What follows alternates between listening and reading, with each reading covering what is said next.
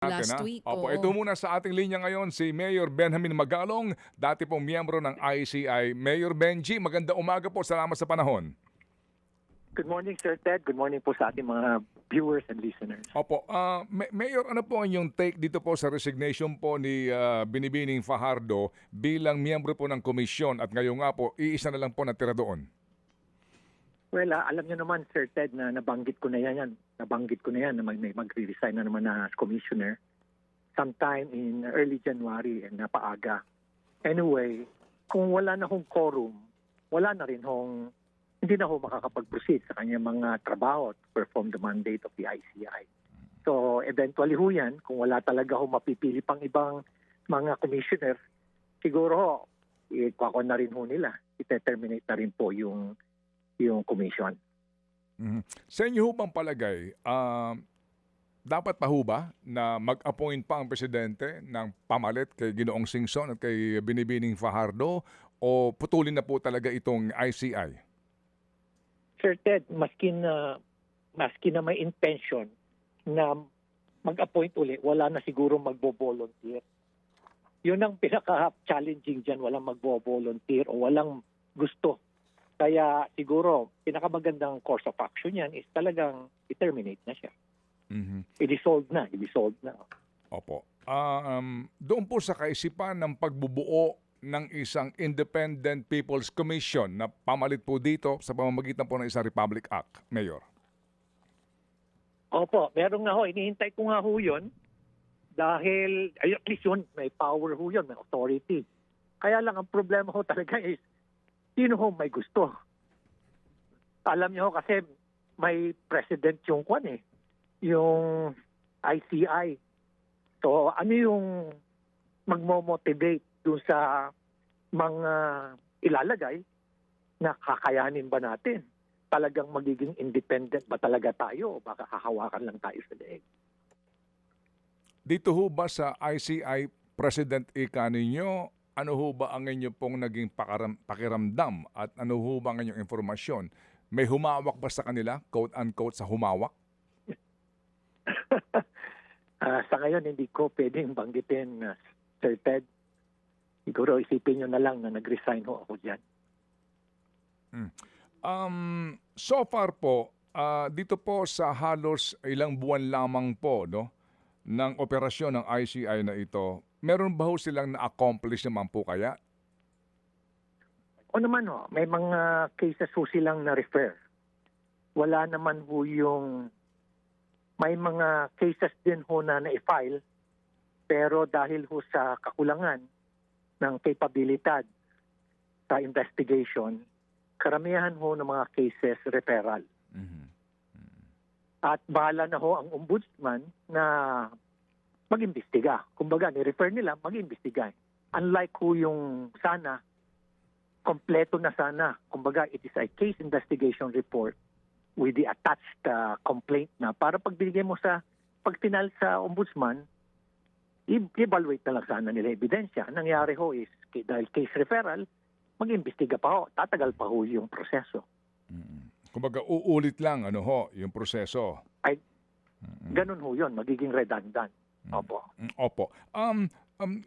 Mayor, ito pong ngayon na controversial na DPWH leaks o kaya po itong kung tawagin ay Cabral Files, alam niyo ho ba ito?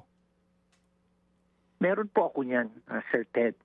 Kung yan po yung sinasabi. Kasi during the hearing of Ms. Cabral, bago ho ako, on the week na nag-resign po ako, that was September, kailan ho ba ako nag-resign?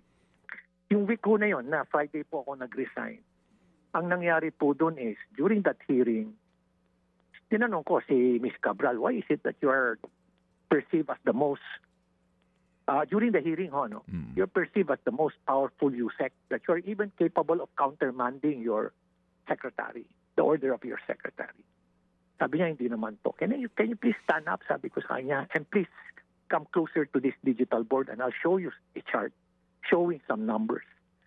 At sinabi ko sa kanya, why is it na dito sa Region 4, dito tayo sa Region 4, ang net ng Misamis Mindoro Occidental under Congressman Tariela nasa 2.5.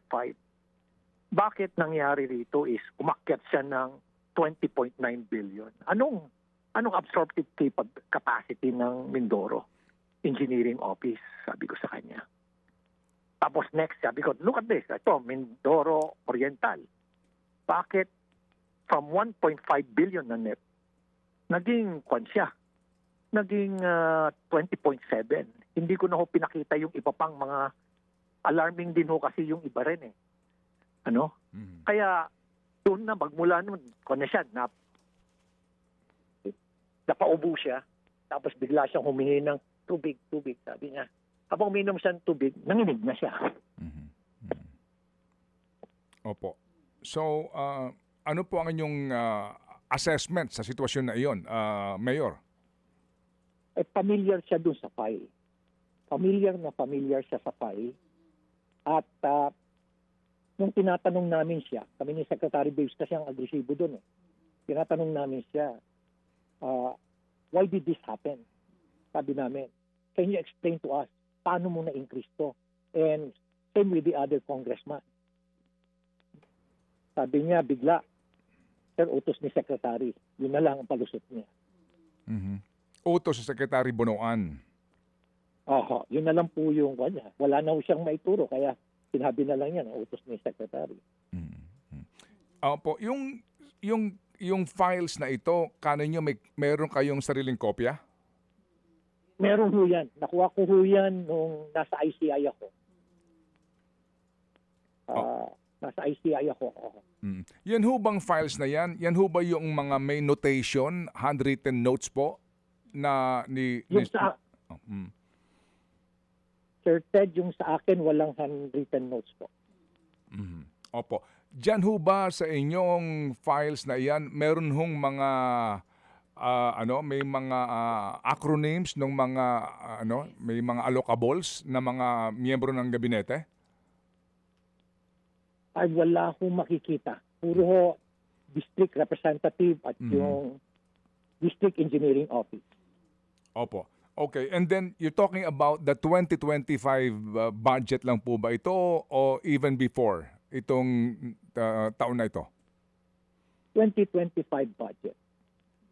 Pero nung nag-research po kami, tinignan ko yung 2024, 2023. Nagulat ako na napakalaki ng ginamitan ho namin ng tinignan ho namin yung yung files ho na nandun ho sa isumbong mo sa Pangulo. Kinuha ho namin lahat yun. And we use a certain type of algorithm para tingnan namin yung 2024, 2023. We were surprised na napakalaki ng Central Managed Fund ng DPWH. Central office po ang umahawak sa budget. Yes, centrally managed. Opo. Centrally managed fund. Ito yung mga umaabot yata ng mga 500 to 700 billion. Billion, no? 500. Laki ho. Opo. Mayor, ito po ngayong sinasabi nila Congressman Leviste, maging ni Senator Ping Lacson, na mga napansin nga nila na bakit pati mga miyembro ng gabinete, undersecretaries daw po, may mga alokasyon ng DPWH budget. Sa inyo during your stay sa ICI, napag-usapan niyo ba yan, yung isyong yan, na meron pong mga ganun po ng mga alokasyon? Wala po kaming napag-usapan. Wala rin po kaming findings tungkol po dyan. Kaya nagulat po ako na may mga allocations po pala na talagang malalaki. Kaya pasensya na ako kay Sir Ted, kulang po ako ng information. Opo. Sa ganito po kasi ngayon na mga bagong informasyon na lumalabas, although siguro kahit na po may question kung paano nakuha ito, ang importante po, totoo ba itong mga files na ito, no? Opo. Sa inyo, mukha pong sobra ang lawak, kumbaga, mas lalo pang naging klaro ang picture na ang dami pong posibleng masangkot dito. Kung napondohan nga yung mga alokasyon na yon at na-bid out yung project at nakapaglabas ng pera ang gobyerno. Tingin ho ninyo gaano karami ito? Kakayanin ba ito kaya ng ombudsman lamang o ng DOJ o kailangan din talaga ng isang independent commission para magkaalaman? Sir, just look at the cases ko na nakita ko namin based dun sa pag-uusap po namin sa DPWH. According to DPWH, nung nag-uusap po kami nila umaabot po ng 240,000 yung cases po sa kwan. Yung cases po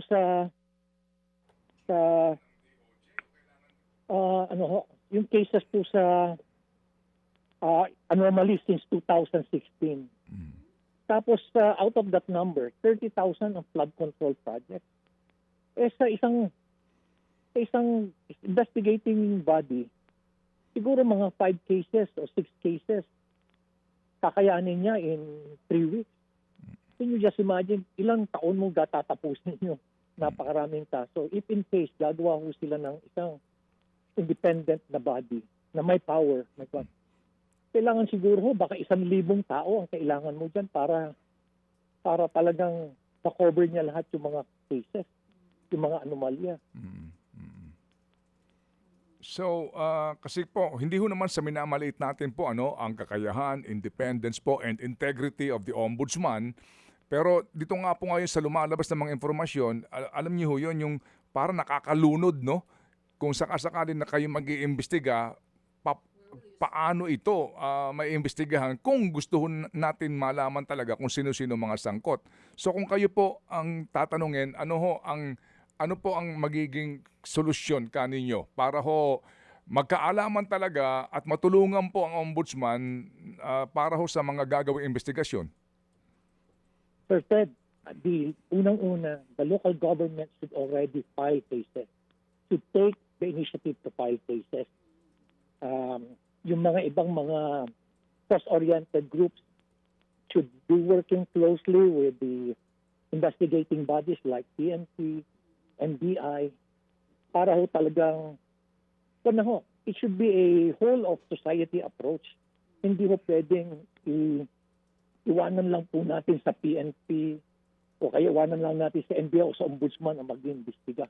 Hindi po matatapos yan. Kasi ako personally, Sir Ted, siguro sa dami ng congressman, siguro mga 70 to 80% yan. Damay dyan eh. Diyan sa kalukuhan na yan, mga babatas. Kaya iba pa yung kalukuhan dyan sa local government. Marami rin dyan eh. Kaya hindi, alam niyo ngayon, tumatawa lang ho, masaya ho yung ibang mga congressman, mga ibang mga mambabatas at ibang mga contractor at mga DPWH. Kasi hindi pa sila napapansin eh. Akala nila tapos na, nakatapos na ICI, masaya na sila. Ganun ho yung mood ngayon. Kaya ito talaga, kailangan ho talaga whole of society approach, and that would be our advocacy itong 2026 na kailangan ho gumalaw na mga local government sa pagpapay ng mga kaso. Opo. Whole of society approach. Mayor, pasensya na po, talagang kailangan na natin itanong ito. Ano ho ba ang inyong pong kaalaman, karanasan o informasyon? Kasi po, ang magiging timon talaga dito, ang presidente, di ho ba? Mismo. Kasi nasa kanya ho yung power, no? Nasa kanya po ang resources. Pero meron ho bang mga pagkakataon na hindi po magiging ganoon ka sincero ang aksyon ng presidente kasi baka umabot sa pintuan ng presidente ang iskandalong ito? Magandang katanungan nga ho yan, Sir Ted. Ako personally, nakita ko sa Ilocos Norte. I know that the president is not aware of what really happened. Pero doon pa lang ho sa Ilocos Norte, yung pinuntahan ho namin ng mga projects doon, talagang maanumalya na eh. Tapos meron pa nga ho doon na dineclare nilang force majeure. At nung kinakausap ko na yung mga residente doon, community doon, natataranta na yung mga district engineer. Dahil mali-mali yung binibigay nilang informasyon sa akin, tapos nung tinatanong ko na yung residente, hindi ho totoo yan. Ganun. Ibig sabihin kung merong force majeure doon na nilagay nila doon sa Gabo pa na lugar mismo ni Senator Amy, ano pa kaya doon sa ibang lugar? Kaya napakarami ho talaga. Isa pa ho, napakalaki ho ng pondo na nailagay ho sa Ilocos Norte. Isang distrito pa lang ho yun. Umabot na ho ng 12.9 billion noong 2025. Iba pa yung ibang distrito. Kaya can you just imagine ano yung absorptive capacity? Kaya talaga hong daming maanomalya. Kaya siguro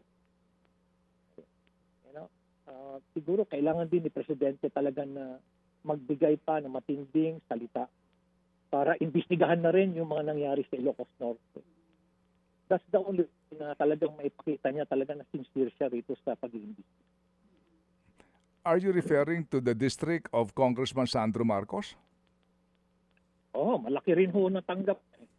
Based din doon sa panahon natin, doon ho sa files na naibigay ho sa atin. It's about 13 billion din na natanggap niya no 2025. Tapos iba rin ho yung sa ibang district pa ng Ilocos Norte sa 2nd district. From 2 billion natanggap nila 7 billion din. So can you just imagine for the entire Ilocos Norte, almost 20 billion for 2025 ang naibigay dyan. At may mga choice na dyan, may mga pinili lang na mga contractor dyan. Saan distrito? Nakita ko yun Saan pong distrito may mga ghost projects po sa Ilocos Norte? So far during your time? Sir Ted, hindi ko na po masabi. Nung nagpunta ho kami doon, wala ho kami nakitang ghost project. Mhm. Pero maanomalya ho, substandard, meron ho. At yung dineclare ho nilang force majeure na project ho doon sa Gabo, ayun ho, sana ho talaga matindi ang pag-iimbestiga na gagawin ho doon. Opo. Kasi ho, talaga yon, anomalya ho talaga yon. Mhm. Wala pong ghost project na inyong nadiskubre pero meron ka rin yung substandard at may mga questionable pong proyekto. Kaninong distrito po yun? Ay sa Gabo po So kung Gabo, malamang ho siguro first district po yun ng Ilocos Norte. Opo. Yung ICI ho ba gumawa ng report? Kasi hindi pong inaabangan ng iba Yung di ba, bagamat referral po lamang ito for further investigation, gumawa ho ba ng report ang ICI investigators dito po sa mga distrito po sa Ilocos Norte? Nakaikwan na po yun. Hindi ko po alam kung gumawa po si General June Asurin. Mhm. Kasi po, kaya po ako napunta doon, despite the fact na nag-resign na ako, was on the invitation of DPWH. Hindi po ICI. Mhm. Opo. So, kung ganyan po na so far ho, wala kami narinig, tayo narinig po no, na official rekomendasyon o report po ng ICI tungkol dyan o maging DPWH, ano po ang inyong suggestion para po magkaalaman din? I mean, kung mali yung report tungkol sa substandard, maitama po kung sakasakali man. Ano po ang inyong rekomendasyon para ho dito maramdaman ng taong bayan na walang sinisino? Ano po at lahat nga po ay mananagot? Well, kailangan ho talagang maging transparent po ang ating administrasyon.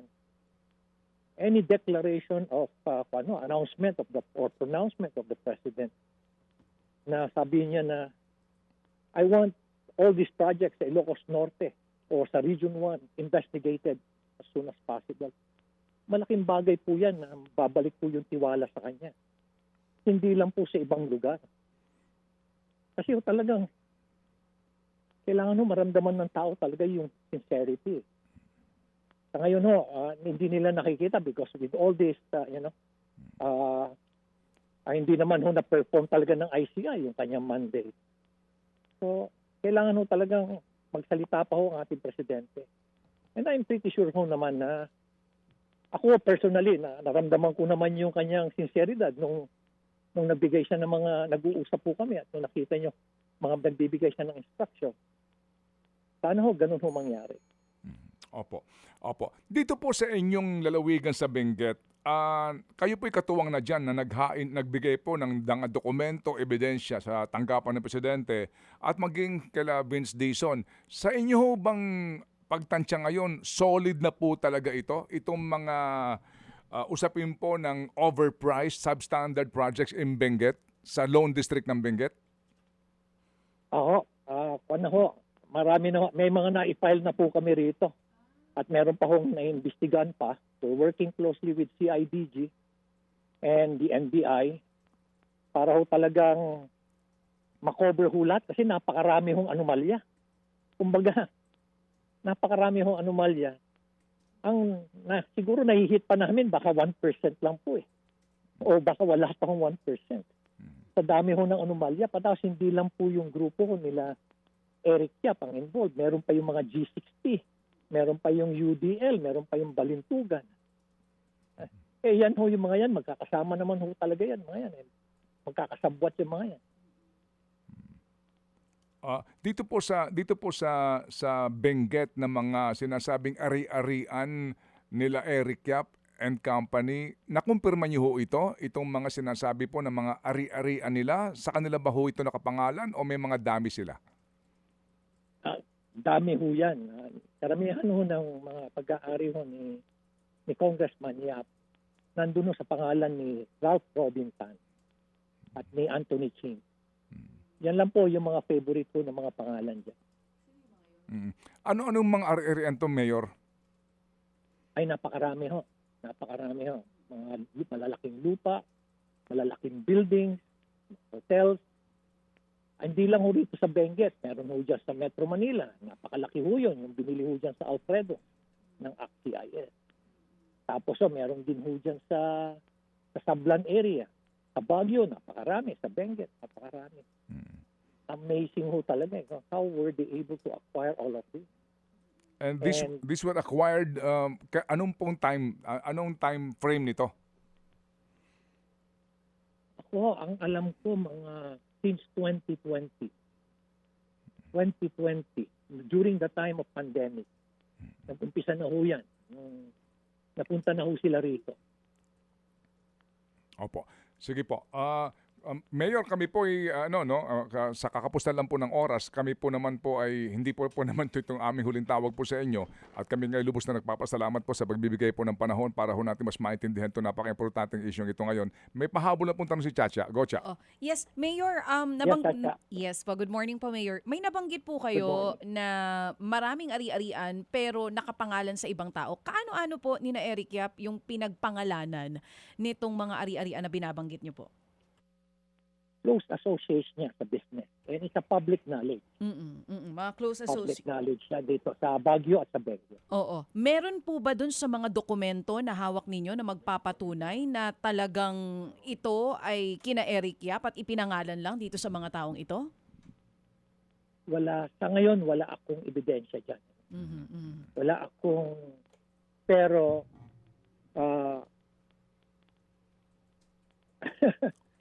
sa ngayon talagang nandun na sa hawak na ng ombudsman. Meron na rin link I presume meron na rin link ang AMLAC. Opo.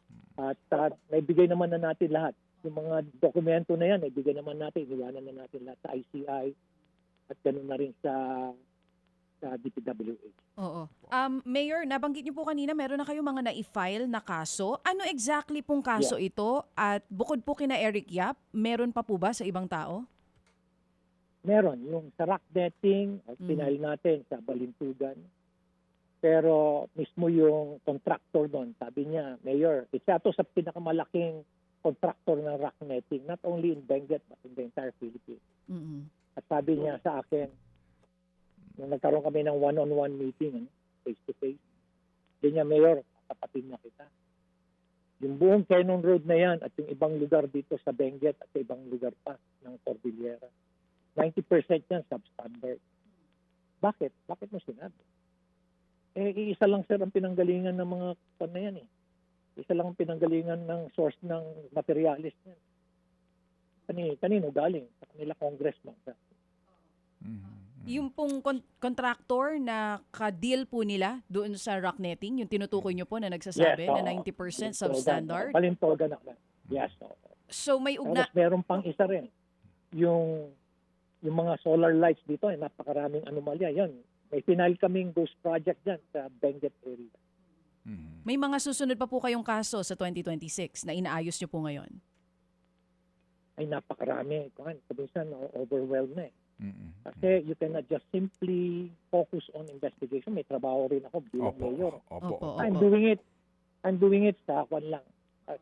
May initiative as mayor. Oo. At yung hinihinging tulong ni Secretary Vince na kung pwede, tumulong pa rin ako. Yun na lang ang pinanghawakan. Mm-mm. This is for the Yap Kasi Brothers. hindi, Oo. Mayor, yung pong kaso for Eric Yap or for Yap Brothers po, yung na-file nyo na? yung sa rock netting, makakasama sila doon. Kasi eventually, during the actual na investigation of Ombudsman, malalaman na yung mga supplies came from the Yap Brothers. Oo. Yung kwan naman, yung solar light, lalabas din yung isang close associate nila doon. Yung Samidan, yung MG Samidan, nasa top one din to. Mm-mm. Nasa top contractors din to. Napakalaki rin nito. Again, may mga membro sila na associated din kay Anthony King. Close associate of Eric Yap. Kasi Opo, kaya ako po sige. ito natanong dahil lang sabi nyo nga po kanina, ini-encourage nyo na yung mga LGUs to act on their own, Mayor. Opo. Yes, oo. Sige. Kaya nga yun ang pakiusap ko eh. Dapat talagang, otherwise wala, hindi talagang matatapos eh. Baka itong taon nga na to, duda ako kung merong 20 cases o 30 cases. Opo. Sige po. So Mayor Benji, muli po salamat sa inyo pong panahon at muli kami makikipag-ugnayan. Sa gitna po ng lahat, ang aming pong dalangin pa rin sa ating lahat, sa mga taga-Benguet, taga-Baguio, na isa pong mapayapa at makabuluhang bagong taon. Salamat po, Mayor. Maraming salamat po, Sir Ted and DJ Chan. Salamat. Thank you. Mayor Benji Magalo. Mga kapatid, brothers and sisters, saan ka pa? Dito na tayo sa totoo. Dito na tayo sa True FM. Mga kapatid, mag-subscribe and follow po kayo sa social media accounts ng True Network PH. Yan po kami, hanapin nyo lang True Network PH, Facebook, Instagram, YouTube, TikTok, and podcast. Mapa Apple or Spotify man yan, mahahanap nyo kami. Lahat ng mga napapanood at napapakinggan nyo po sa programa, nasa social media accounts namin yan. So paano mga kapatid? See you sa social media! Ito tayo.